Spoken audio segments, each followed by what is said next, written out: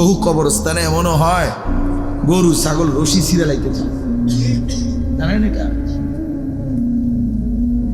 ওরা শুনে কবরের আযাবের আওয়াজ, এই জন্য রশি ছিঁড়া ফেলতে চায়। প্রিয় বন্ধু, কষ্ট পাইবা, এই অনিবার্য বাস্তবতা কবর ইমানদার হিসাবে অস্বীকার করার কোনো জো নাই। পাশ কাটাইবার কোনো সুযোগ, এই দল কিংবা এই দল, আমি কিংবা তুমি,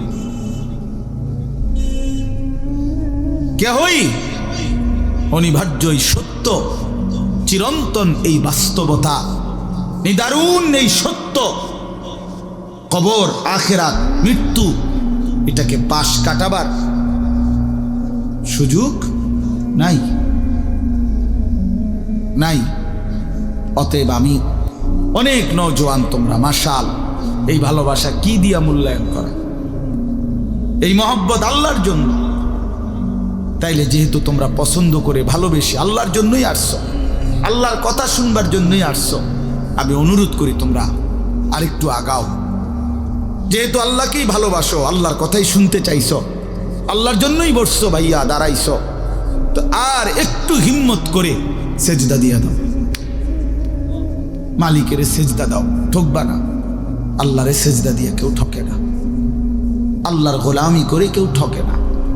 প্রিয় ভাই, নষ্ট হইও না, প্রিয় সন্তান আমার নষ্ট হইও না, প্রিয় যুবক আমার নষ্ট হইও না।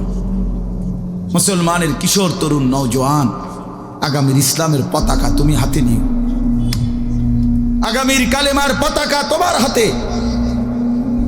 সারা পৃথিবীতে ইমানদারের বিজয় হচ্ছে, সারা পৃথিবীতে মজলুমের বিজয় হচ্ছে, জালেমের পতন হচ্ছে।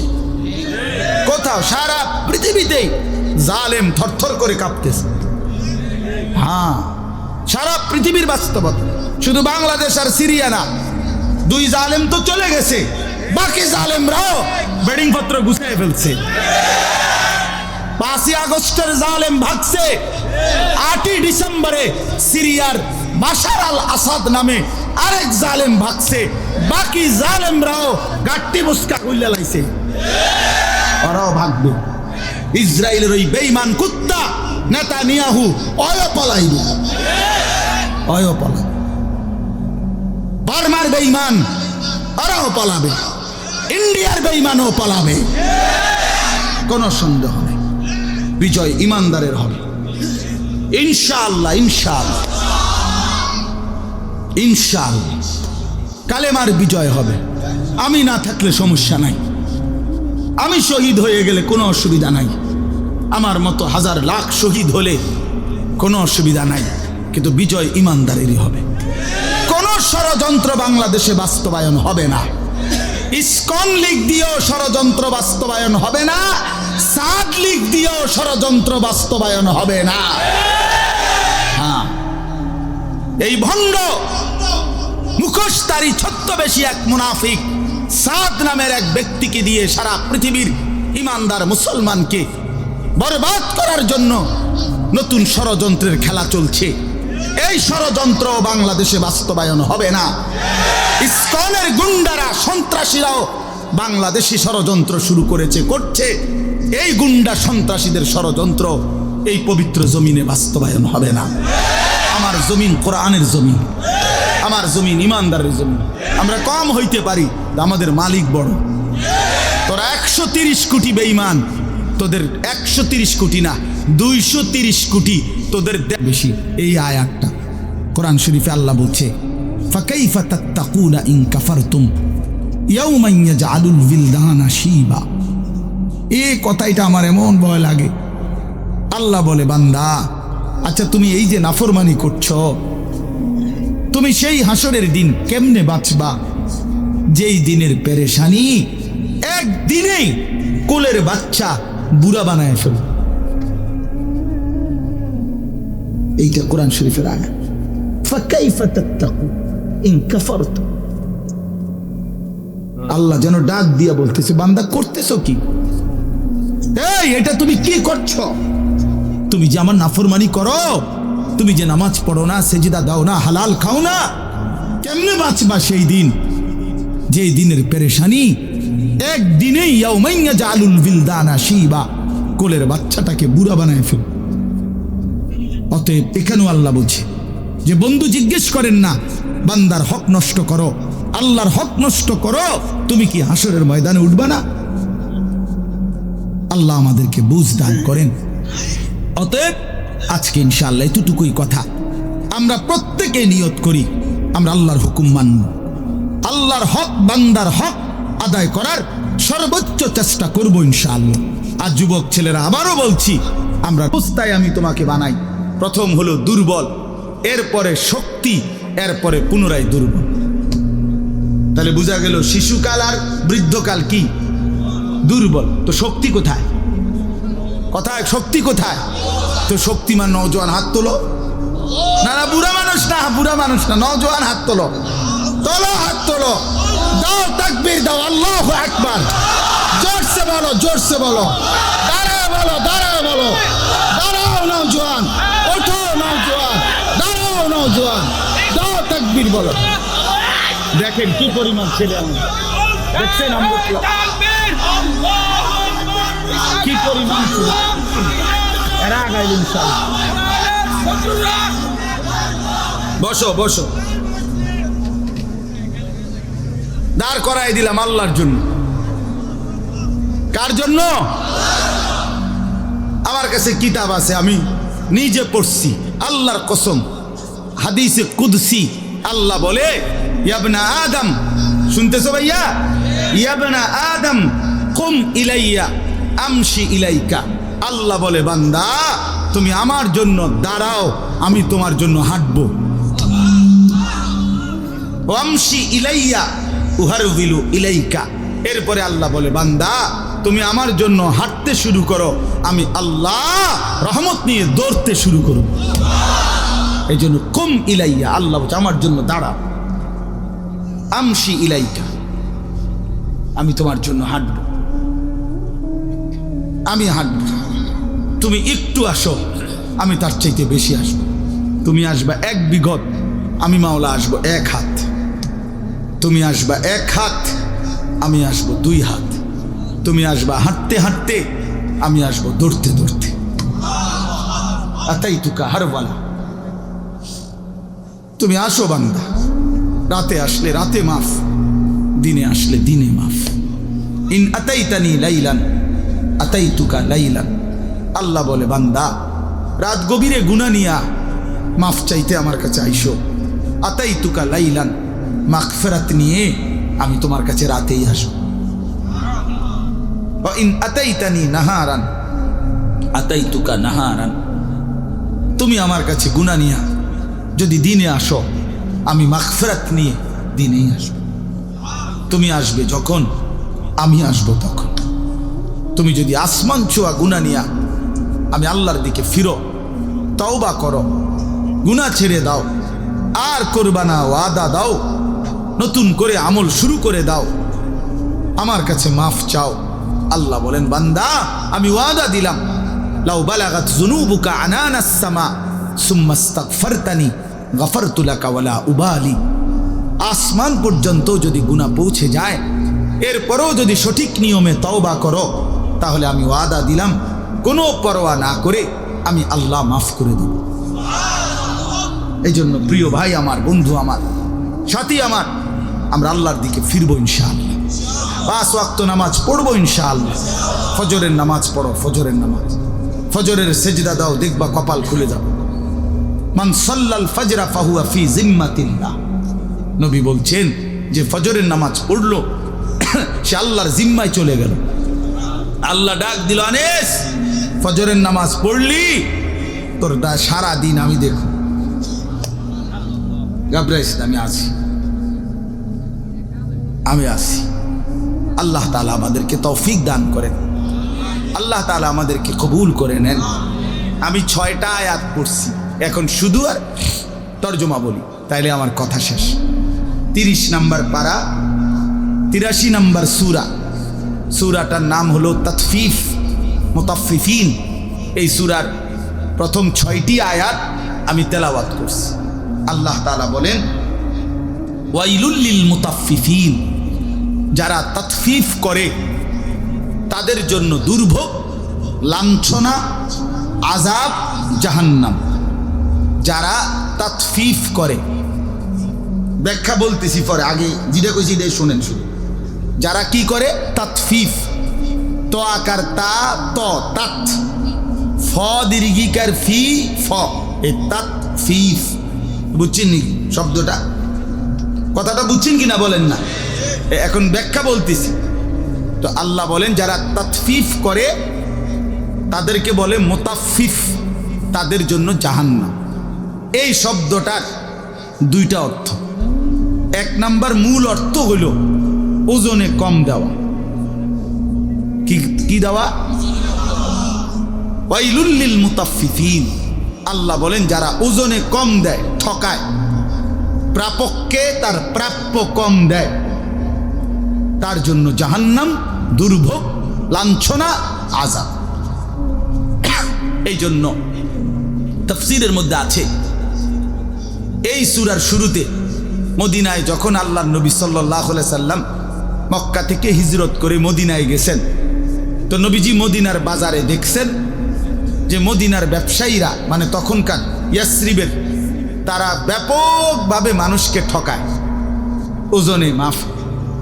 তখন সর্বপ্রথম আল্লাহর পক্ষ থেকে মদিনায় নবীজি হিজরত করে মদিনায় যাওয়ার পর সর্বপ্রথম যেই সূরা নাজিল হইছে মদিনায়, এইটাই সূরা, মদিনায় অবতীর্ণ প্রথম সূরা, সূরা তাতফিফ। আর আল্লাহ বলছেন ওয়াইলুল লিল মুতাফফিফিন, সাবধান তোমরা যারা ওজনে কম দিচ্ছ, তোমাদের জন্য জাহান্নাম। এই যে বলছে প্রথম দিন মদিনায় হিজরতের পরে প্রথম আয়াত, সেই থেকে নিয়ে ইমানদাররা এই আচরণ ইয়াসরিবের মানে মদিনার মুসলমান ছেড়ে দিছে। এই মন্দ অভ্যাস আজকে 1450 বছর পরেও মদিনার ব্যবসায়ীদের ওজন 100 নিখুঁত, এখনো এই ঐতিহ্যটা, এখনো আমরা এইটা ঐতিহাসিকভাবে প্রমাণিত। এখন মদিনার ব্যবসায়ী একেবারে পাক্কা, ঠকায় না, ঠকায় না। আল্লাহর নবী সাল্লাল্লাহু আলাইহি সাল্লাম হাদিসের মধ্যে আছে মদিনার সমস্ত কিছুর জন্য নবী দোয়া করছেন, এমনকি এই মদিনার দাড়ি ফাল্লা বাটখারার লাগেও নবী দোয়া করছেন। আল্লাহুম্মা বারিক লানা ফি মুদ্দিনা ওয়া সাইনা ওয়া তামারিনা, আল্লাহ আমাদের মদিনার এই ফাল্লি বাটখারা এটির মধ্যে বরকত দেন। বুঝছেন না? এর মধ্যে বরকত চাইছে। অর্থাৎ এই জন্য মদিনার ওই আল্লাহর কথা মেনে নিছে, আর কখনো মানুষকে ঠকায় না। আমি নিজে দেখছি, এসব সময় কতবার দেখছি মদিনার ব্যবসায়ী আপনার, আমি দেখছি একদিন এই আতর সহ কিতা কিতা কিনছে বেটা, তো দাম নিয়া মাইপা টাইপা দেওয়া ঠিক করার পরে দাম নিয়ে তর্ক, সাথে সাথেই এই লোক ক্রেতা ওই দোকানদারকে একটা শব্দ শুধু বলছে, মানে দাম নিয়ে যখন ফেস লাগছে, ওই বেটাও আরবি, এ বেটাও আরবি, তো এ বেটায় আরবি, এই বেটা হরে কইতেছে সাল্লি আলান নবী, নবীজির উপরে দুরূদ পড়ো। এ একার মনে যেন আগুনের মধ্যে পানি দিয়ে, একে ঠান্ডা, একদম ঠান্ডা। হে সাথে সাথে বলছে আল্লাহুম্মা সাল্লি আলা মুহাম্মদ। এরপরে আর কোনো কথা নাই যে ঠিক আছে, এ হের বলতেছে তুই যা বলছো তাই, খালাস, মাফি মুশকিল, কোনো সমস্যা। আল্লাহ তাআলার হুকুম তারা এভাবে মানছে। ওয়াইলুল লিল মুতাফফিফিন, আল্লাহ বলছে যারা ওজনে কম দেয় তাদের জন্য জাহান্নাম, জাহান্নাম। কোরআনুল কারীমে আল্লাহ বলছেন ওয়া আকিমুল ওয়াজনা বিল কিসত ওয়ালা তুখসিরুল মিজান, তোমরা ওজনে পূর্ণ করো সততার সাথে, ন্যায় পরায়ণতার সাথে। ওয়ালা তুখসিরুল মিজান, ওজনে কমাই দিও না।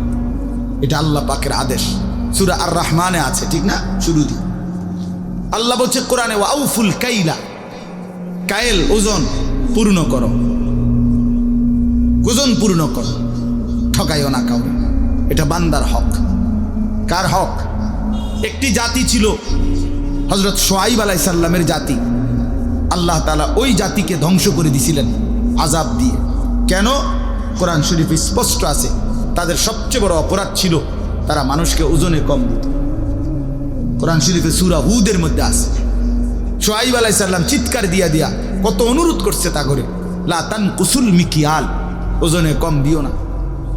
ইন্নী আখাফু আলাইকুম আযাবা ইয়াউমিন আযীম, হে আমার জাতি, তোমাদের এই বদভ্যাসের কারণে আমি তোমাদের উপরে বড় আযাবের ভয় করছি। এই কথা নবী শুআইব আলাইহিস সালাম ওরা শুনে নাই, ওরা মানুষকে ঠকাইতো। একদিন আল্লাহ তাআলা রাত গভীরে একজন ফেরেশতা পাঠাইছেন, ওরা ঘুমন্ত। এই ঘুমন্ত অবস্থায় ফেরেশতা একটা চিৎকার দিছে, এক চিৎকারে পুরা জাতি, গুড়া গাড়া, ছোট বড়, কোলের বাচ্চা, দুধের বাচ্চা, পেটের বাচ্চা, সব উল্টায়া সব মরে গেছে, সব শেষ। ফাআখাযাতহুমুস সাইহাতু। এই জন্য বাপ, বান্দার হক নষ্ট না করা। আল্লাহ তাআলা বলছেন ওজনে কম দিও না, মানে প্রাপককে প্রাপ্য কম দিও না। এটা বান্দার হক। বান্দার হক সাংঘাতিক, বান্দার হক সাংঘাতিক।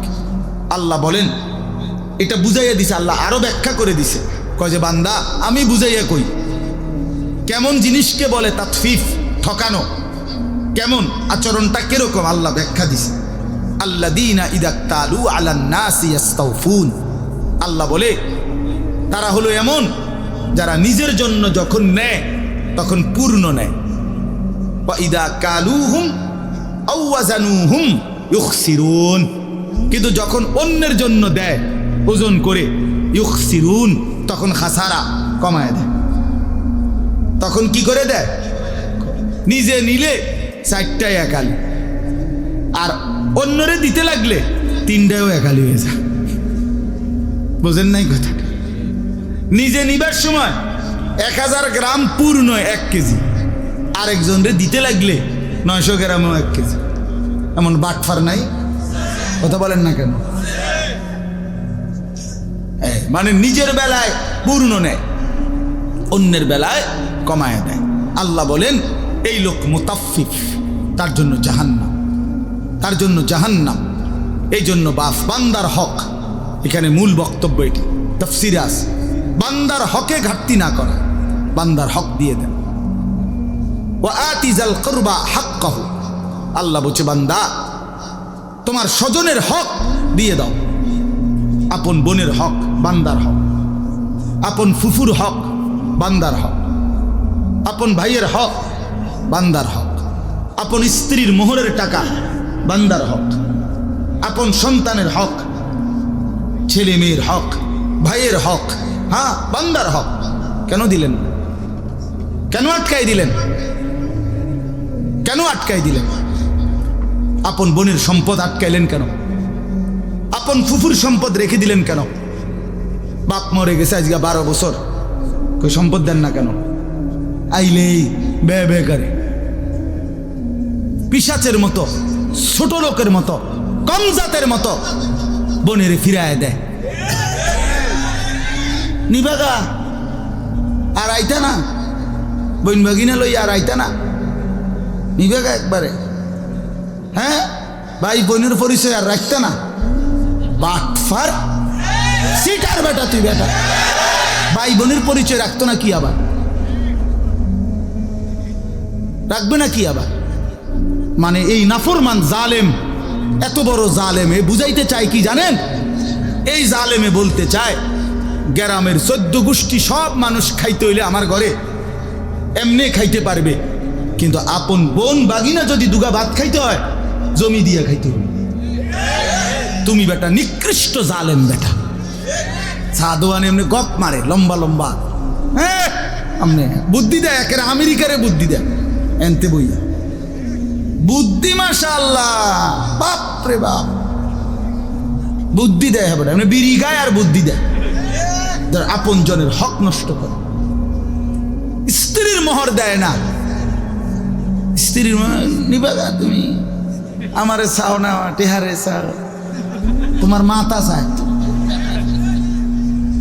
শরম নাই বেটা, বেশরম কোথাকার কথা হইল কোনো বেটা? আপন স্ত্রীর হক দিয়ে দিবেন, আপন বোনের হক, আপন ভাইয়ের হক। আহা, কি দরকার 5 শতক জায়গা, 2 শতক 10 শতক জায়গা, এই এতটি দলিলের সিটারি কইরা মিথ্যা বইল্লা 2 নম্বরই 6 নম্বরই বিএস এর সিএস আর এস এর এটারে হিডা এমনে এমনে এত 9-6 কইরা 10 বছর 5 বছর 3 বছর মামলা কইরা 30 বছর মামলা কইরা, হায় মুসলমান 10 শতক জায়গা নিলেন, শেষ পর্যন্ত কবরে। আপনিও নিতেন না এই জমিটা, যে এই ফুতের লেগে রাইখা গেলেন, ওয়ও তো নিত না, কেউ তো নিত না, এটা এখানেই পড়ে যাবে। আপনিও খালি হাতে কবরে যাবেন, ছেলেও খালি হাতে কবরে যাবে। তা হাসরের ময়দানে তো আটকায় যাবে, হাসরের ময়দানে তো বাবা আটকায় যাবে। এই জন্য আপনজনের হক বান্দার হক, বান্দার হক কিনা বলেন? সাবধান, সাবধান, দিয়ে দেন, দিয়ে দেন। মিশা কথার কি দরকার? এক বিগত রাস্তা, কদ্দুর জায়গা দিয়ে দিলে আপন ভাইয়ের ঘরে বাড়ির মধ্যে ঢুকতে সহজ না? দিত না, ডাকাইতে দিত না।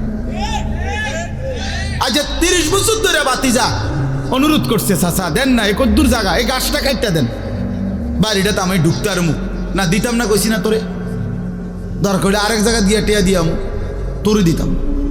আশ্চর্য, এর কি অর্থ আছে ভাইয়া? দুনিয়া একটু ছেড়ে দিলে কি হয়? দুনিয়াতে এমনিই ছেড়ে দিতে হবে, ঠিক কি না বলেন?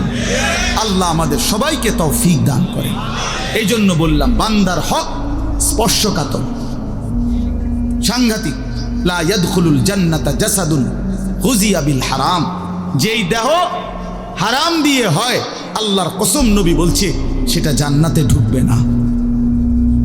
আল্লাহ আমাদেরকে হারাম থেকে, হারাম উপার্জন থেকে, অন্যের সম্পদ দখল করা, লুকিয়ে রাখা, অন্যের সম্পদ লুণ্ঠন করা থেকে, এত বড় নিকৃষ্ট পাপ থেকে হেফাজত করে। এর আরেকটা অর্থ তাফসীরের মধ্যে লিখছে, আল্লাহর হকের মধ্যে কমতি করা, এইটাও তাতফিফ, তার জন্য জাহান্নাম। অর্থাৎ নামাজ, রোজা, হজ, যাকাত, জিকির, তিলাওয়াত, এটা আপনার কাছে যেটুকু প্রাপ্য আপনি তার চাইতে কম করলেন, এটাও তাতফিফ, এই ব্যক্তির জন্য জাহান্নাম। নামাজ ফরজ করলো 5 ওয়াক্ত, আপনি হুদা ফরেন শুক্রবার, দেখিতা বাটফার, এটা কি কথা বলেন? এটা কি? এটা এটা ধোকাবাজি না? আপনার উপরে শুধু শুক্রবারের নামাজ ফরজ, তা তাইলে তা বাকি নামাজ পড়েন না কেন? নামাজ ফরজ করলো যেভাবে নবী, সাহাবী, তাবেঈ, আউলিয়া, বুজুর্গ, উলামা, আইম্মা ওনারা পড়ে যেভাবে, আপনি যদি রুকু দিয়া মাথা একটু না উড়াইতে আরেকটা দিয়ালাম, এটা কি? সেজদা একটু দিয়া মাথা একটু উঠাইয়া আরেকটা মারে, এটা কি সেজদা? এ তো চোর। আল্লাহর নবী বলছে রুকু সেজদার চোর, সবচেয়ে বড় চোর। এই জন্য এগুলো আল্লাহর হকের মধ্যে কি কমতি, ঘাটতি, এটা করা যাবে। যার উপরে যাকাত ফরজ, যাকাত দিবে। যার উপরে হজ ফরজ, হজ ফরজ। আবার আরে কইলে হুজুর কন তো বালা, বুঝি তো গেলে তো বালা আসিল, কিন্তু ছোট ফুদগা তো বিদেশ যাওই না, তে তো যাইতে পারছে না। 3 নম্বর মাইয়া তো বিহার লেগে ঘুরতে আসে, আল্লাহ আল্লাহ করে যদি বিহান দিয়ে লাইতারি, এরপরে যদি জিফুতে তারা যদি বিদেশ গিয়া তারা যদি ফাড়ায় হজে, তাইলে গেলাম। বাহ, আরে বাপ রে, আলাপ আলাপ। আল্লাহ নবী সাল্লাল্লাহু আলাইহি সাল্লাম বলছেন যার উপরে হজ ফরজ অথচ হজ না করে মরে গেল, নবী বলেন হয় সে ইহুদি মরল নয় খ্রিস্টান মরল। আল্লাহ মাফ করে। শেষ কথা হলো, আল্লাহ বলেন নবীজিকে উল্লেখ করে, বন্ধু এই যে বান্দার হক নষ্ট করে, আল্লাহর হক নষ্ট করে, এগোর একটু জিগান না, আলা ইয়াযুন্নু উলাইকা আন্নাহুম মাবউসুন, তারা কি হাসরের ময়দানে উঠবে না? তারা কি হাসরের ময়দানে দাঁড়াবে না? তো কি হিসাবে এই নাফরমানি করছে? লিয়াউমিন আযীম, সেই দিন তো বড় ভয়ানক দিন, বড় ভয়ানক দিন, হাসরের মাঠ। ইয়াউমা ইয়াকুমুন নাসু লিরাব্বিল আলামিন, সেদিন তো এই লক্ষ কোটি মানুষ সব মহান আল্লাহ পাকের সামনে দাঁড়িয়ে থাকবে। সেদিন বাঁচবে কিভাবে? আমার প্রিয় ভাই, এই আমার শেষ আরেকটা আয়াত সূরা মুজাম্মিলের মধ্যে, কোরআন শরীফের সবচেয়ে বেশি ভয় পাই আমি ব্যক্তিগতভাবে যে আয়াত, সেটা হলো সূরা মুজাম্মিলের মধ্যে আমি বেশি ভয় পাই আর কি, আমার কলজা ছিঁড়া ফেলে। বারাকতা আলা ইব্রাহিম ওয়া আলা আলি ইব্রাহিম ইন্নাকা হামিদুম মাজিদ সুবহানাকা লা ইলমা লানা ইল্লা মা আল্লামতানা ইন্নাকা আনতাল আলিমুল হাকীম। আলহামদুলিল্লাহ,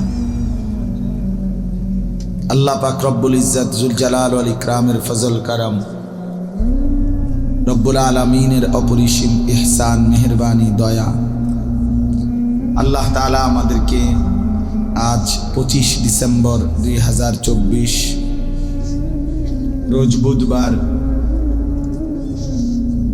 বিবাড়িয়া জেলা কসবা উপজেলাধীন কুটি জাজিয়ারা গুণসাগর সূর্যোদয় যুব সংগঠনের উদ্যোগে আজকের এই 13তম বার্ষিক তাফসিরুল কোরআন মাহফিলে আল্লাহ তাআলাই আমাদেরকে আসবার বসবার, আল্লাহর জন্যই জমা হওয়ার তৌফিক দান করেছেন। এজন্য আমরা সকলেই বলি আলহামদুলিল্লাহ। সবার কাছে আমার বিনীত অনুরোধ, নওজোয়ান ভাই তোমাদের কাছে বিশেষ অনুরোধ, এই প্রত্যেকের যে হাতের যেই মোবাইলগুলো এগুলো বন্ধ করে ফেল, নামায় ফেল। সবাইকে আমি অনুরোধ করলাম, এই হাতে ধরে রেকর্ড করা যাবে না, স্পষ্ট মানা করলাম। আমাদের এই কথাটা যে শুনতে রাজি না সে চলে গেলে ভালো, এটা আমার কড়াকড়ি নির্দেশ। কেন? কারণ হলো আল্লাহর কথা শুনবার জন্য সর্বোচ্চ মনোযোগ, আন্তরিকতা জরুরি। আর এই মোবাইল হাতে ধরে রাখলে মনোযোগ হয় না, দিল জমে না। পুরা ফিকিরটা যে ধরে রাখে তার খেয়াল থাকে মোবাইলের দিকে, ফলে সে নিজের জন্য কিছু বোঝে না। মোবাইল ঠিকই, মোবাইলে তো জমা হয়, দিলে তো জমে না। এখন একটা মাহফিলের ইন্তেজামের মাকসাদ কি? যে সব বক্তা আসবে সবাই আমরা মোবাইল ধরে রাখবো, তো হুজুর হুজুর ওয়াজ করেন, আমরা উড়াইতে আসি, এইটাই উদ্দেশ্য। তো এটা তো কোনো যৌক্তিক হইতে পারে না।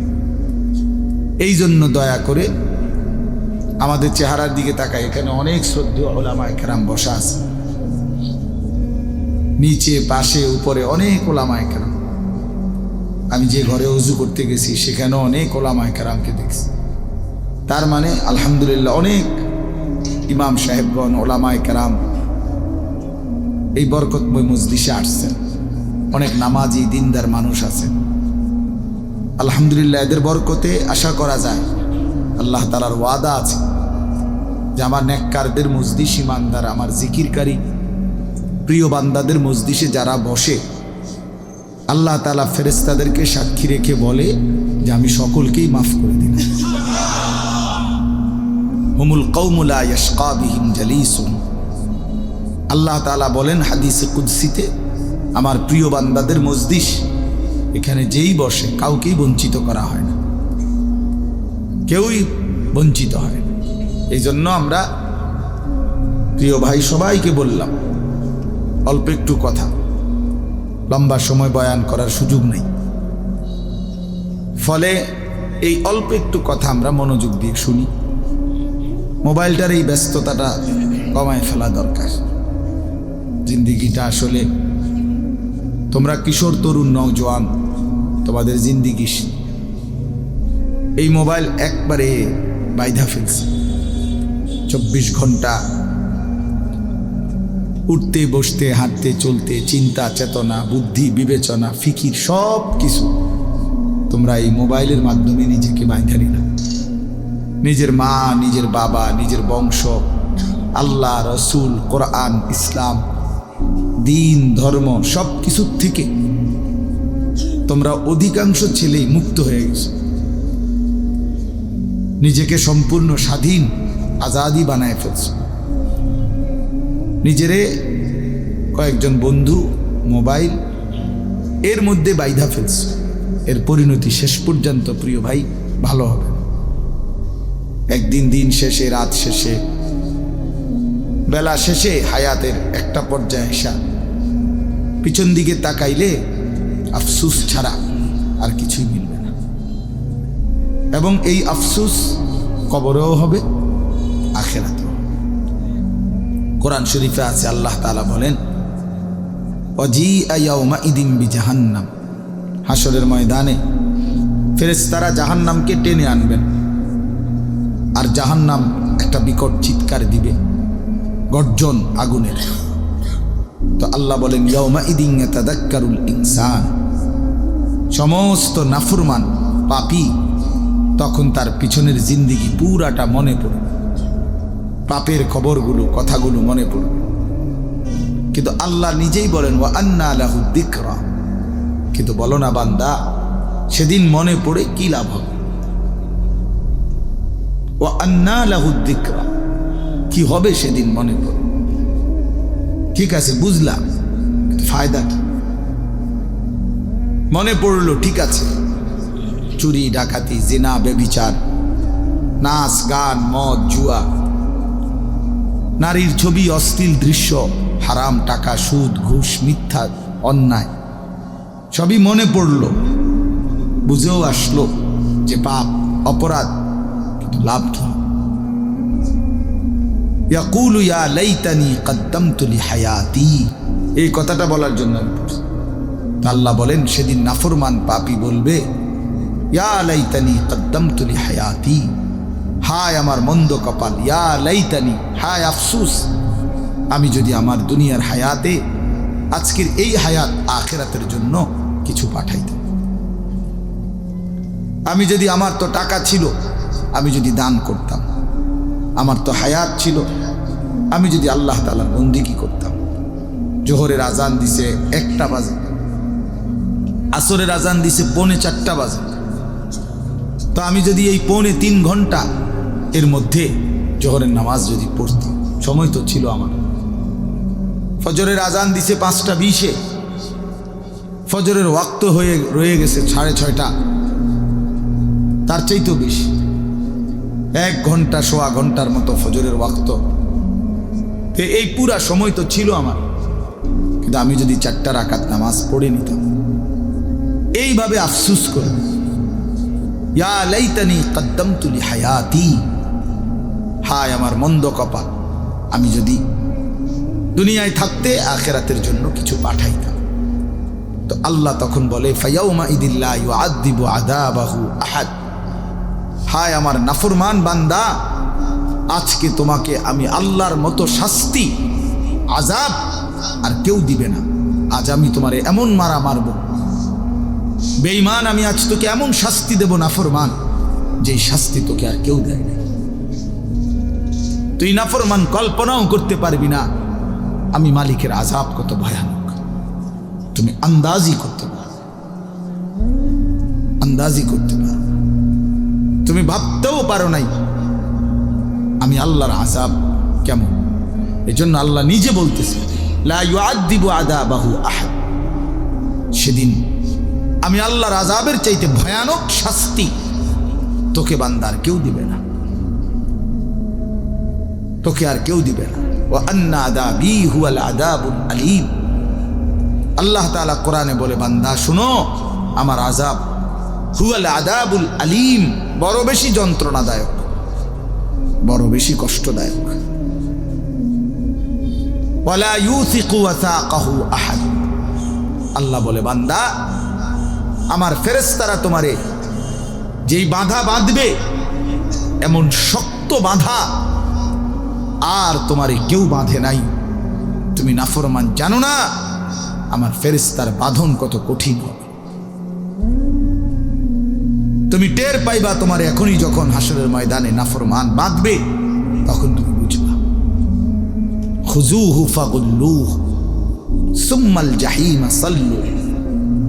কোরআন শরীফে আছে, নাফরমান চিৎকার করবে হাসরের ময়দানে, আর আল্লাহ ফেরেশতাদেরকে বলবে খুজুহু, এরে ধরো, এই ফেরেশতা বেঈমান রে ধর, তারে খুজুহু, ধর তাকে, ফাগুল্লুহ, তারে বেঁধে ফেল, বান্দে, টাইট করে বান্দে। তো ফেরেশতারা বেঁধে ফেলবে। এবার ফেরেশতারা জিজ্ঞেস করবে, মাওলা এবার কি করব? আল্লাহ নিজে বলবেন সুম্মাল জাহিমা সাল্লু, একটা লাথি মাইরা জাহান্নামে ছুড়ে মার, লাথি একদম হাসরের ময়দান থেকে যেন জাহান্নামে গিয়া পড়ে, লাথি মার, ছুড়ে মার জাহান্নামে, নিক্ষেপ কর। ফেরেশতা ছুড়ে মারবে, ফুটবলের মতো লাথি দিয়ে ফেলাই দেবে। তখন কি হবে? জাহান্নামে পড়বার পরে কোরআন শরীফে আছে, দোস্ত খামখেয়ালি করেন, আল্লাহর কোরআন বলছে সরাসরি, কোনো ব্যাখ্যার নাই, শুধু তর্জমাই। সুম্মা ফি সিলসিলাতিন যারউহা ৭০ যিরাআন ফাসলুকু। আল্লাহ বলেন এরপরে জাহান্নামের ফেরেশতারা, আল্লাহ বলবে ওই ফেরেশতাদেরকে, নাফরমানকে, ৭০ যিরাআন, ৭০ হাত লম্বা আগুনের শিকল দিয়া বাইধা, ফাসলুকুহু, তারে কুত্তার মতো পুরা জাহান্নামে ঘুরা। আর সবাইরে দেখা চিনা, এই বেঈমান এই অপরাধী ছিল, পরে কুত্তার মতো ঘুরাবি পুরা জাহান্নাম, সবাইরে চিনাইবি, এ সুদখোর, এ ঘুষখোর, এ হারামখোর, এ জেনাখোর, ব্যভিচারী, লম্পট, দুশ্চরিত্র, অসৎ। এ সেই বেঈমান যে বছরের পর বছর কোনোদিন ফজরের নামাজ পড়ে নাই। এ সেই বেঈমান যে কোনোদিন হালাল রোজগার করে নাই। ফাসলুকুহু, আল্লাহ বলবেন আরে ঘুরা, পুরা জাহান্নামে ঘুরা, ওরে দেখা সবাইকে। এই জন্য প্রিয় বন্ধু আমার বাপ, হায়াত বহুত দামি, খামখেয়ালির এই জিন্দিগি, ছেলেরা তোমরা খুব বেশি বোকামি করতেছ। মানুষ এত বোকা হয় না, মুসলমানের বাচ্চা এত আহাম্মক হয় না, ইমানদার এত পাগল হয় না। তোমরা বেশি পাগলামি করতেছ। এক ওয়াক্ত নামাজ পড়তে মন চায় না, এটা মানুষের বাচ্চা হইতে পারে না, মানুষের বাচ্চা হইতে পারে না। মুসলমানের সন্তান এত বড় বেঈমান হইতে পারে না।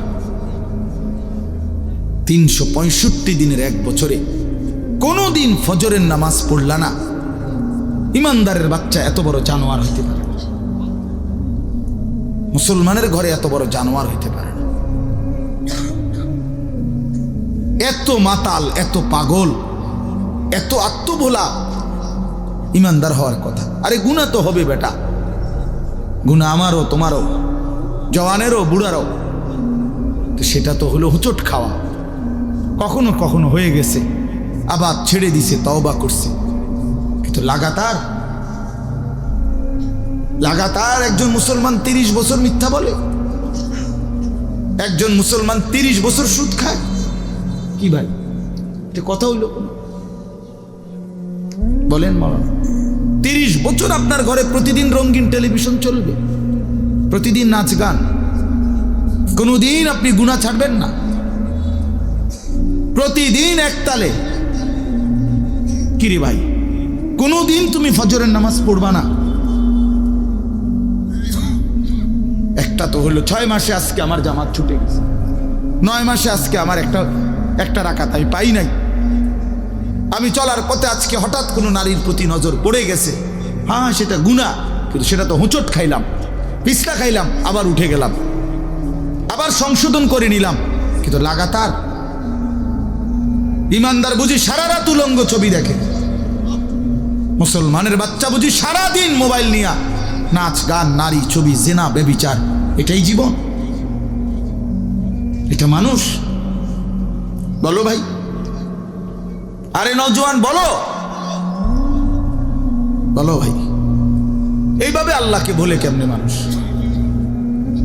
এভাবে আল্লাহকে ভুলে কিভাবে? সারাদিনে এক ওয়াক্ত নামাজ পড়তে মন চায় না। মানুষের বাচ্চা হইলে, মুসলমানের ঘরে জন্ম নিলে এত বড় পশু, এত বড় চতুষ্পদ জন্তু হওয়ার কথা না।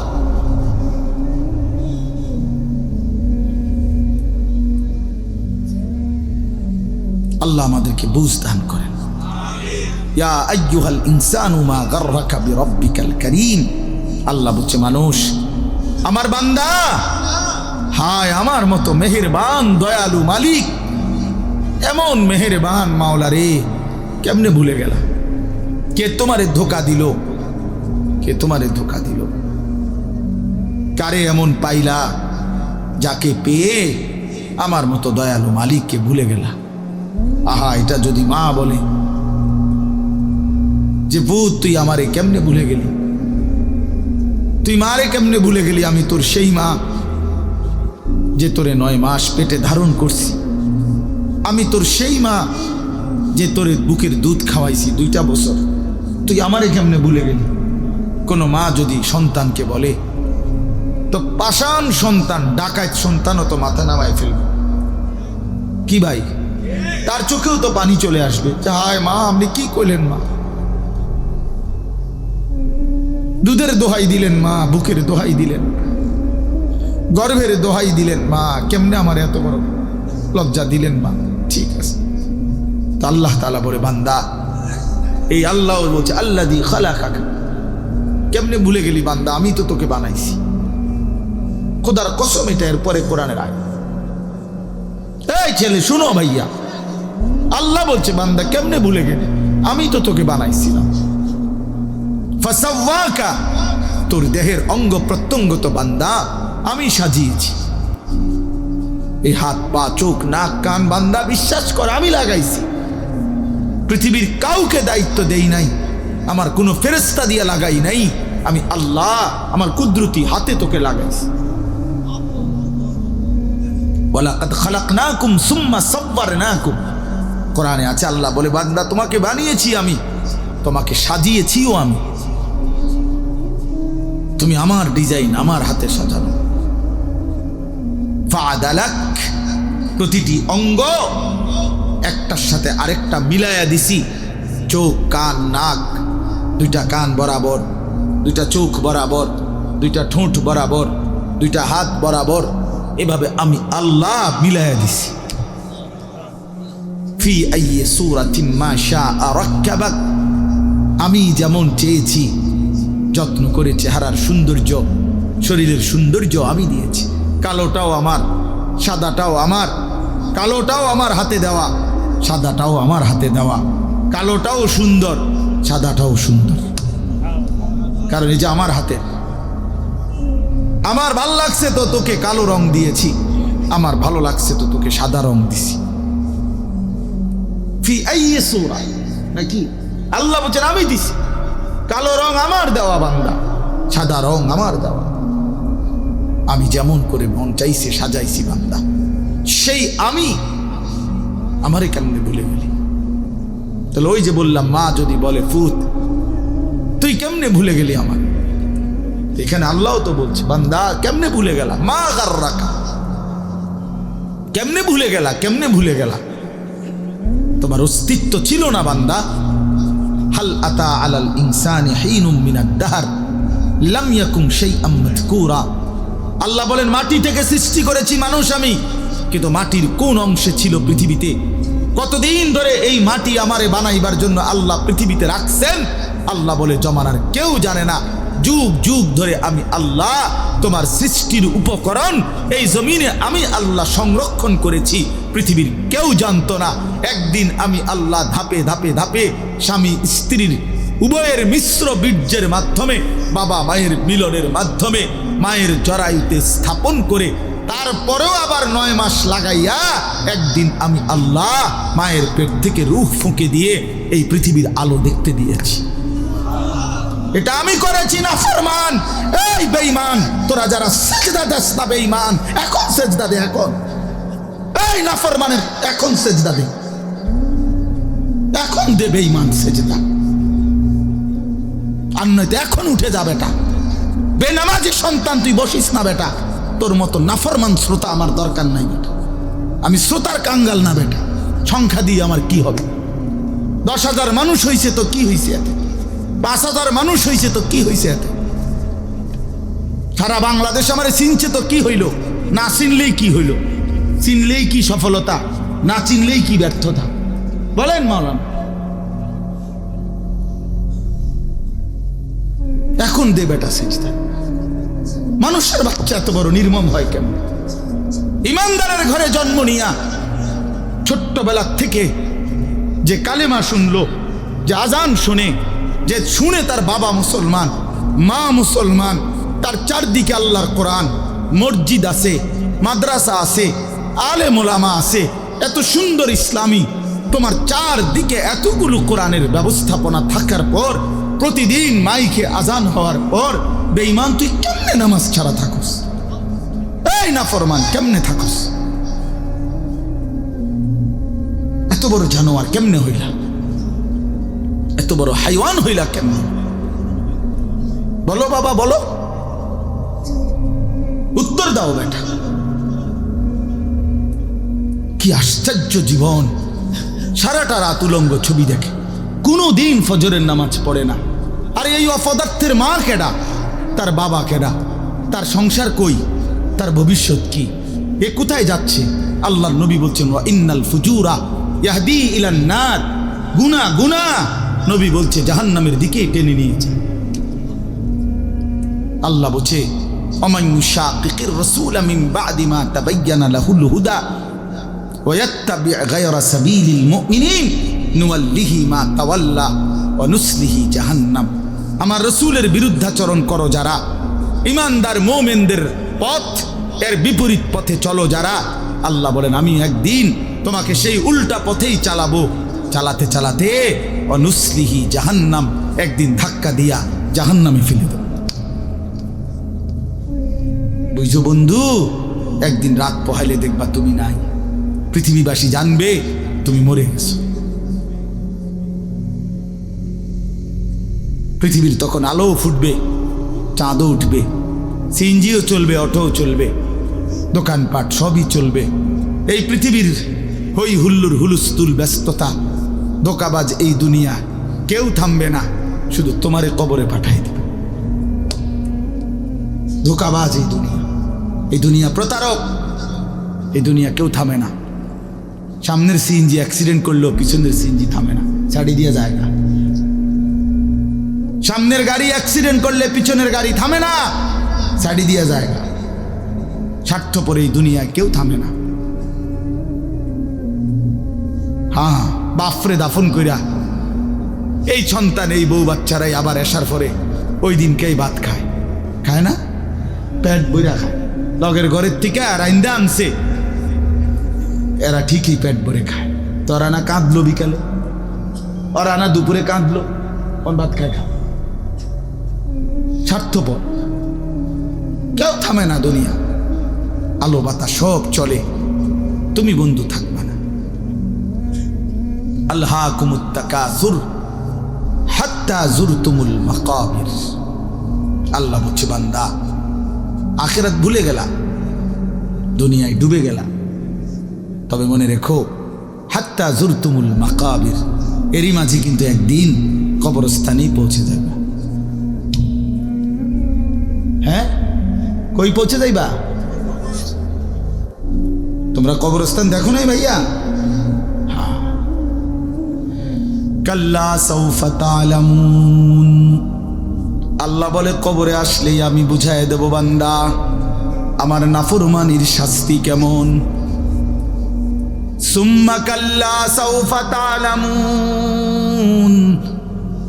আবার নাফরমান হাসরের ময়দানে আসলে আমি আবার বুঝাই দেব আমার অবাধ্যতার শাস্তিটা কি। একবার বুঝাবো কবরে। তাফসীরের মধ্যে আছে কাল্লা সাউফা তা'লামুনা ফিল কবরি।